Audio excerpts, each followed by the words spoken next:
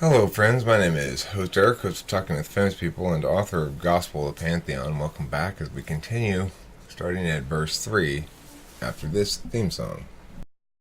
It was 100,000 million years ago. Things were really slow. Nobody else yet to show. Place the slabs below and plant them so the plan can start to go.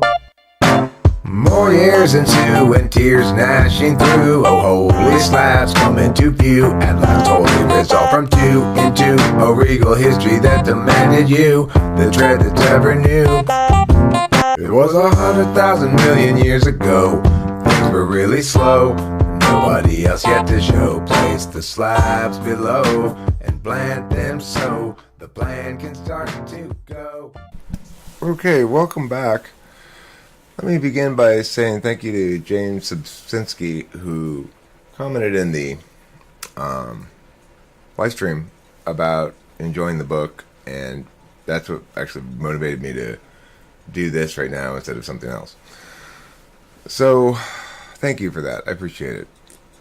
You know, these videos don't get a lot of views, but it's important to me that I make them anyway, and for those who do watch it, I really appreciate it. Alright, here we go. Verse 3. True to her word, the beholder did not travel far from her home. Just outside of her village was a large hill. The hill was covered in grasses and such as hills almost always are, but just beneath the topsoil, this hill was solid granite. And on the afternoon of the beholder's 13th birthday, every person in the village heard a great rumbling coming from the hill. The sound became so loud that everyone went outside to see what all the groaning and earth-shaking was about. And the villagers, each of them, looked to the west, where stood the hill, and saw a great granite sphere shaking off all the dirt and grass that had previously clung to it. This sphere sat atop a mighty pedestal, also of granite. And slowly, the pedestal shook from itself bits of granite until the shape of a long set of stone stairs took form. Then, at the base of the sphere, just above the pedestal, a rectangular hole opened, the size and shape of a very large doorway. And from out of that hole tumbled out a vast amount of granite, dust, and chunks. These made their way to the bottom of the stairs and were shaken off of the stairs until at last the rumbling stopped. When the dust cleared, the villagers looked upon a flawless stone sphere, larger by far than all of the homes in the village combined. Larger by far, in fact, than the hill itself had been, as the whole thing had risen up and taken a substantial part of its mass from the bedrock below. And leading up to the sphere was a perfect and very long set of granite stairs. The villagers watched. The beholder climbed those stairs and entered the sphere through a rectangular hole at its base. After she entered, a slab, which until that moment had been hidden from view, slid down from the top of the rectangular hole and sealed it so completely and so seamlessly that none could see any indication whatsoever of where the hole had been. That night there was a terrible storm. It was by far the worst storm that anyone in the village could ever remember. It was marked most notably by an extraordinary amount of lightning, and it seemed as though at least every third or fourth bolt struck the great granite sphere. As the winds increased and the rain poured down in torrents, all of the villagers retreated to the warmth and safety of their homes. Only 2 people remained in the street, watching the sphere and worrying helplessly for their daughter. So only 2 people actually saw the final lightning strike that broke from the perfect sphere a single great piece of rock. But every villager awoke to a clear, cold morning and saw what the sphere had become. Looming over their quiet village was a massive eye, cast by the heavens in cold granite. Verse 4. It was fairly obvious to even the most slow-witted of the villagers that Marie was Marie no longer. The beholder had arrived, and the massive stone church that she had raised ensured that this arrival did not stay secret. Like any god, she soon attracted a priesthood, which took up residence in the eye, with their holy patron, the beholder, and this priesthood attended to the many bureaucratic doings, scheduling and record-keeping and such, that we now expect from the Church of the Beholder.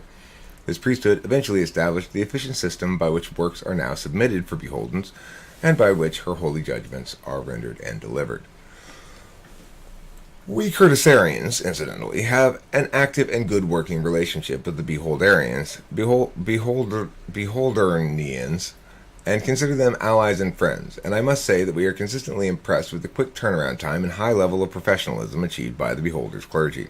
as this very work that you, dear reader, currently peruse, shall no doubt eventually make its way to the eye, I'll beg your patience and indulge in a brief thank you to whichever noble beholderian priest should happen to glance upon this manuscript before it reaches the eyes of Her Holiness.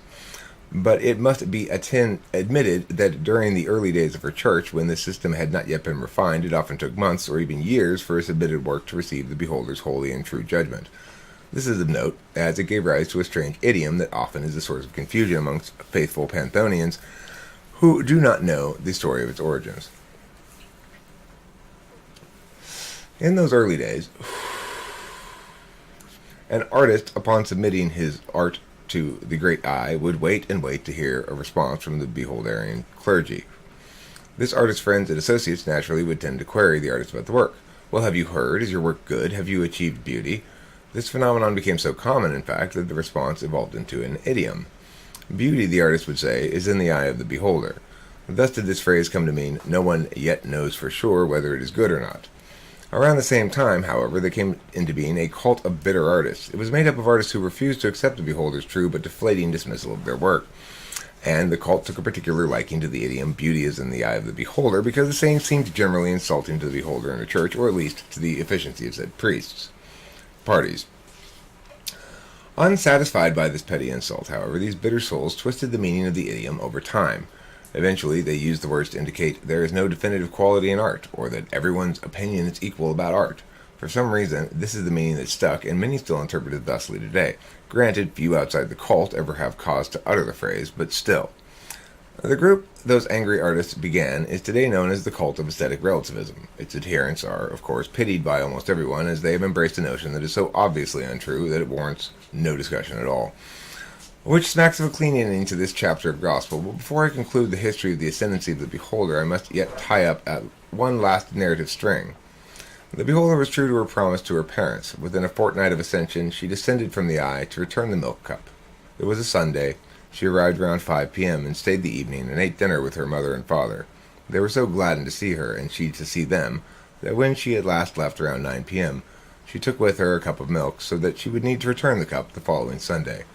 And this was her habit every week for many, many years, until at last her parents both died after one such visit, on a Sunday night at 10 p.m. in bed together, of no causes at all other than that it was time to go.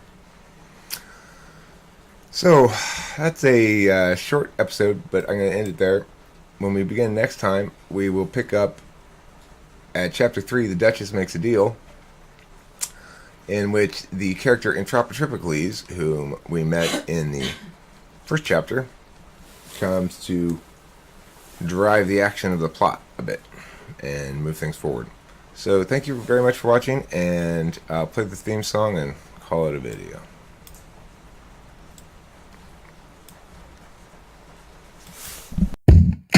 It was 100,000 million years ago.